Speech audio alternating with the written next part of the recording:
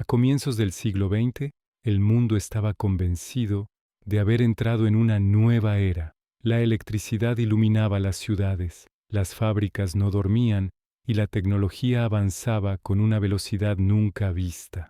En ese contexto nació el Titanic, no solo como un barco, sino como una declaración de poder. Fue concebido para demostrar que el ser humano había dominado definitivamente a la naturaleza, que el océano ya no era una amenaza, sino un simple camino a cruzar. Cada remache, cada plancha de acero y cada metro de su estructura respondían a una obsesión: construir algo tan grande, tan sólido y tan avanzado que el desastre fuese sencillamente impensable. El Titanic era el orgullo de la ingeniería moderna, un coloso flotante diseñado para impresionar incluso antes de zarpar. Desde sus entrañas hasta sus salones más lujosos, todo en él transmitía seguridad y perfección.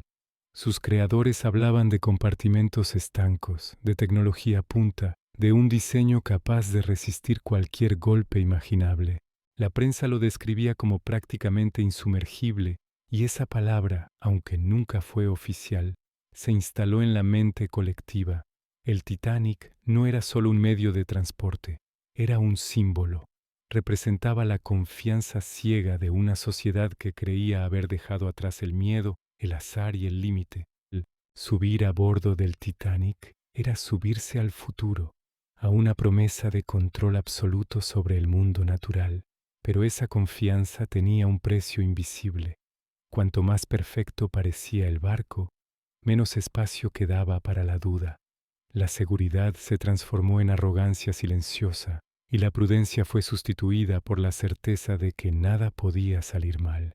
El Titanic zarpó no solo cargado de pasajeros y mercancías, sino de una idea peligrosa, que el progreso bastaba para vencer cualquier riesgo, y cuando una sociedad cree que ha eliminado el peligro, deja de prepararse para él.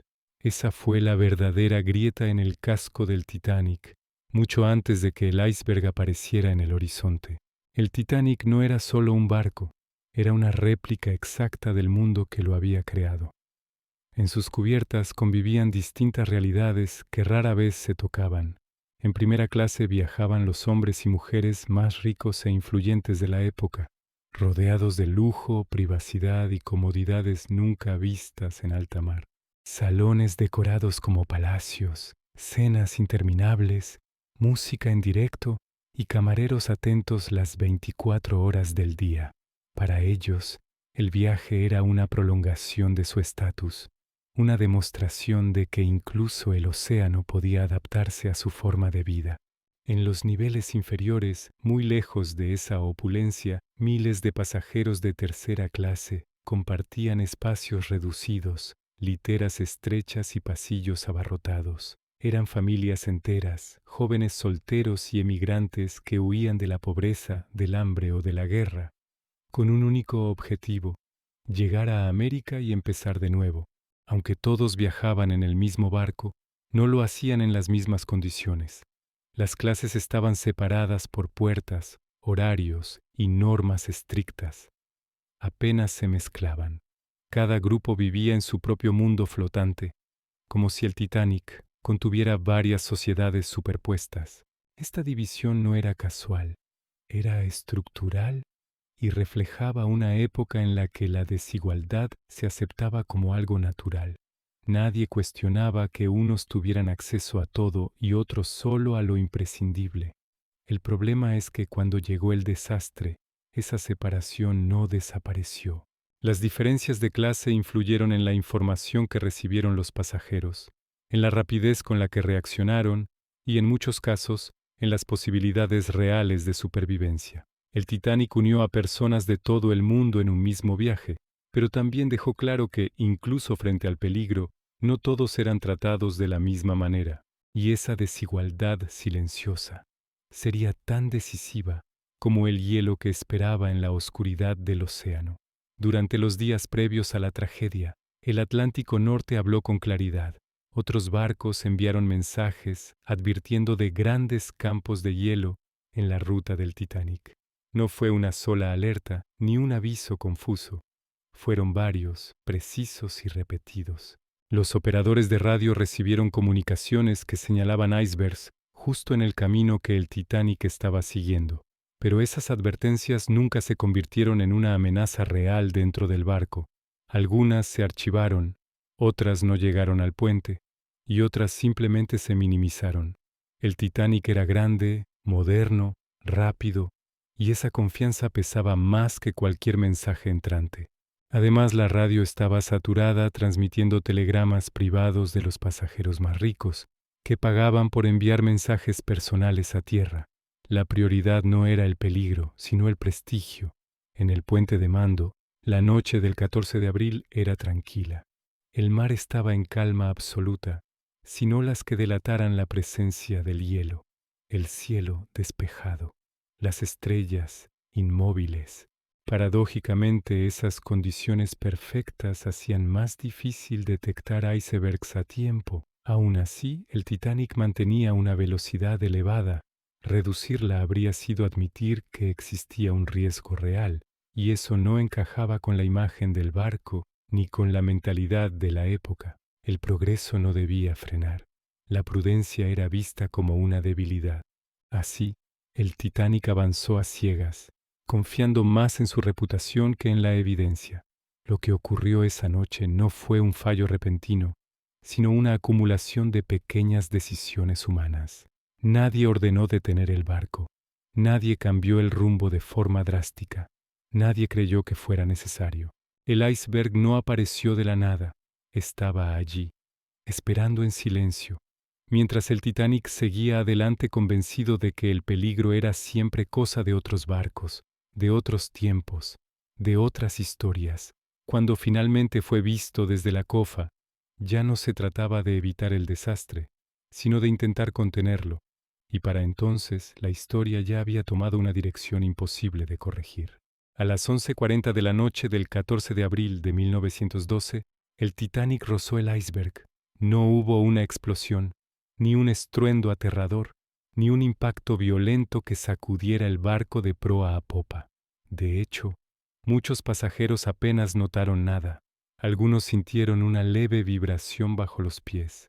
Otros escucharon un sonido apagado, como si alguien hubiera pasado una mano gigante por el costado del casco.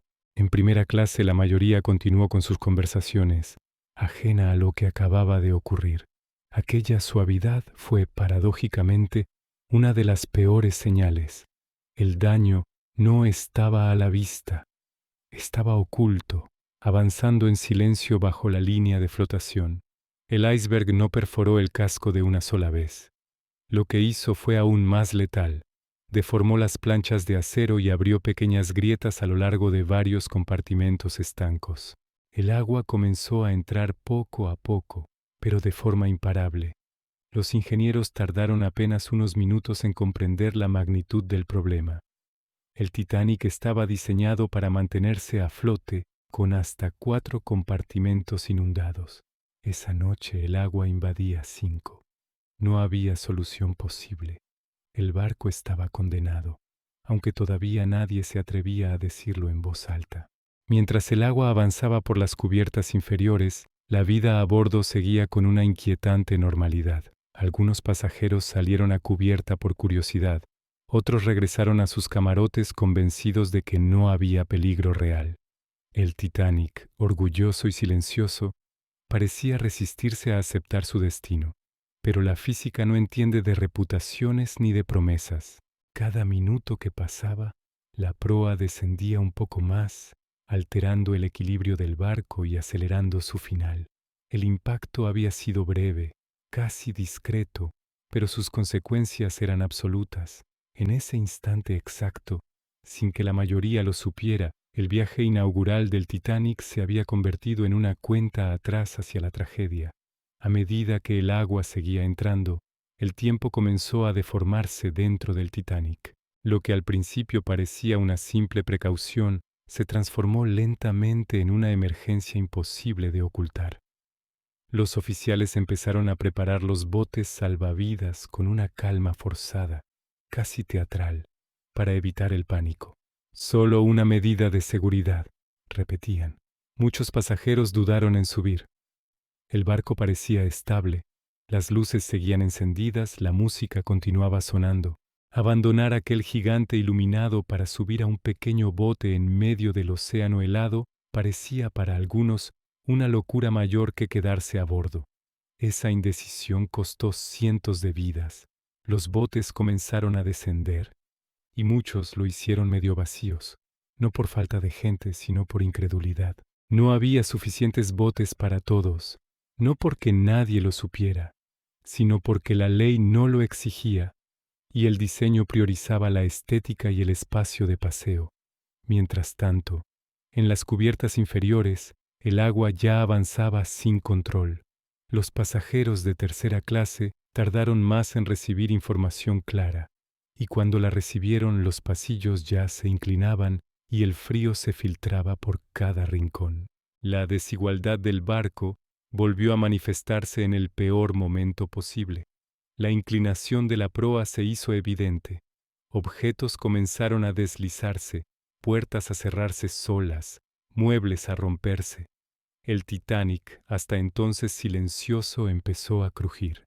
En un último acto de dignidad, la orquesta siguió tocando para calmar a los pasajeros, convirtiéndose en uno de los símbolos más sobrecogedores de la tragedia. El mar, negro y absolutamente quieto, esperaba. Poco después el casco ya no pudo soportar la tensión. El barco se elevó casi en vertical. Las luces parpadearon y se apagaron. En la oscuridad total, el Titanic se partió en dos. La popa se mantuvo unos instantes en el aire, como si dudara, y luego desapareció bajo el agua. En cuestión de minutos, el mayor orgullo de la ingeniería humana se había esfumado, dejando tras de sí solo gritos, silencio y un océano indiferente. Cuando el Titanic desapareció bajo las aguas del Atlántico, el océano volvió a quedar en silencio, un silencio espeso, casi irreal, roto únicamente por los gritos de quienes luchaban por mantenerse con vida en un mar helado. La mayoría murió en cuestión de minutos, no por ahogamiento, sino por hipotermia. El frío fue más rápido que el agua. Los botes salvavidas, dispersos en la oscuridad, tardaron en reaccionar. Algunos no regresaron por miedo a ser volcados. Otros lo hicieron demasiado tarde. Al amanecer, el desastre ya era irreversible. Horas después, el Carpathia llegó al lugar de la tragedia y comenzó a rescatar a los supervivientes. No había restos del barco, solo chalecos, trozos de madera y cuerpos flotando entre el hielo. De más de 2.000 personas a bordo, más de 1.500 habían muerto. La noticia recorrió el mundo con una mezcla de incredulidad y horror. El barco que no podía hundirse había desaparecido en su viaje inaugural. La conmoción fue inmediata. El Titanic dejó de ser un símbolo de progreso para convertirse en una advertencia global. Las consecuencias no tardaron en llegar. Se revisaron las leyes marítimas, se aumentó el número obligatorio de botes salvavidas, se establecieron turnos de radio permanentes y se crearon sistemas internacionales de vigilancia del hielo. La tragedia forzó al mundo a admitir una verdad incómoda. La tecnología no sustituye a la prudencia. El Titanic no fracasó por falta de avances, sino por exceso de confianza. Su legado no está solo en el fondo del océano, sino en cada norma de seguridad que se aplica desde entonces. Más de un siglo después, el Titanic sigue recordándonos que el progreso sin humildad no es progreso, sino riesgo, y que frente a la naturaleza, incluso las obras más grandiosas del ser humano siguen siendo frágiles. El Titanic no fue solo un barco que se hundió, fue una advertencia escrita con acero, hielo y silencio. Representó el momento exacto en el que la humanidad creyó haber superado todos sus límites y descubrió que aún no estaba preparada para hacerlo. No falló la tecnología, falló la mentalidad que la rodeaba. La confianza ciega sustituyó a la precaución y la reputación pesó más que la realidad. Aquella noche el océano no atacó, simplemente recordó quién mandaba. Más de 100 años después, el Titanic sigue en el fondo del mar, inmóvil, oscuro, intacto en su mensaje. Nos recuerda que el progreso no consiste en construir cosas más grandes, sino en comprender mejor sus riesgos, que ningún avance es invencible y que toda obra humana, por impresionante que sea, necesita humildad para sobrevivir. El Titanic no se hundió solo en 1912, se hunde cada vez que confundimos innovación con infalibilidad. Y por eso su historia no pertenece al pasado, sino al presente y al futuro.